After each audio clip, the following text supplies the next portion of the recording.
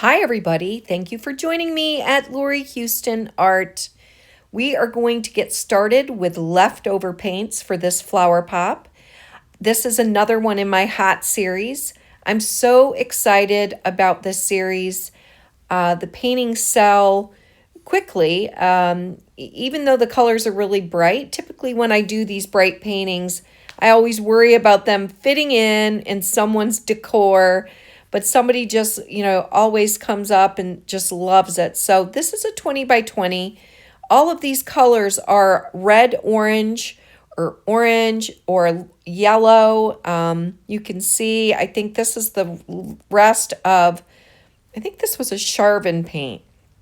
But we've got some light lemon yellow in there.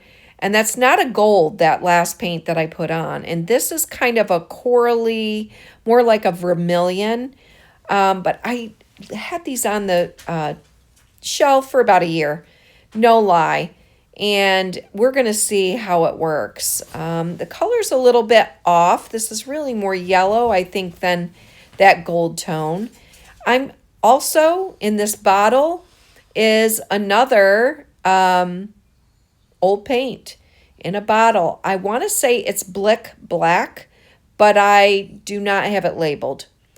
I shook it up real good because it is old and I'm getting those bubbles out. And now we're going to go ahead. I'm using a shop towel and pulling it kind of high and fast. Look at the cell action. Wow, I couldn't believe that the cells, you just never know. With old paints, it's so much fun because you never know what you're getting. And this just turned out amazing. I probably could have just left this as a swipe and framed it in a black frame, had some fun with it, but I always want to do a flower pop when I find a really good background. I have a lot of excess paint. I typically would save it. I don't think that I'm going to this time. It's already been reused. So now I said, I like this corner, this right black corner. So we're going to go ahead and start with the flower pop. I'm using puffy and I'm not blowing so much down as I am out when I am blowing those petals. So how you use your straw or your tubing, or I love my puffy, you either blow down and out, you blow across the top of the paint, or you can actually use a larger stream of air and a larger tip. You can take that thin tip off and just do a circle flower. There's so much you can do. When I'm doing my vine, or my stem, excuse me, I really like these Artist Loft palette knives. They really have a thicker, they're not like the thin metal palette knives. They have a little bit of thickness to them. So they do well on these stems. I do have some videos coming out where I used a piping bag and I've done a lot of raised flowers. I just haven't took the time to do the videos. I have so much editing to do.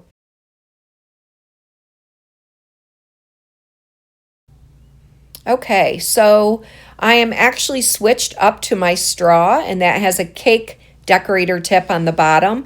It's just a stainless steel straw. It's got a little bit more airflow, and it makes a larger petal for me. And I wanted to switch up on that flower, switching back to puffy. You can see how I control the air to kind of create the flower and the flow. And there's that Artist Loft, a little bit thicker palette knife that I was talking about earlier. I'm just going through and I'm going to make, doing the straw again, because if you look at that top flower, you can see the difference. These petals are a little bit more wider and I don't have as much control as I do with puffy, but it is a different look, which is what I love. So then I'm trying to get a little character here and not do straight. As I do these flower pops, I'm always looking for different ways to experiment with the petals or the vines or the leaves, and it's just been a blast. And I want to thank everybody that continues to support me, keeps purchasing these flower pops. It just warms my heart. I'm just so very humbled. And I would love to hear from you below in the comments. Please like and subscribe. I would love to build my subscriber base up because I just enjoy talking with each of you. I answer every single comment, questions. I've helped a lot of you that are doing these flower pops as well. I get Facebook Messenger messages all the time on mixing, and just know that I'm always here to help you.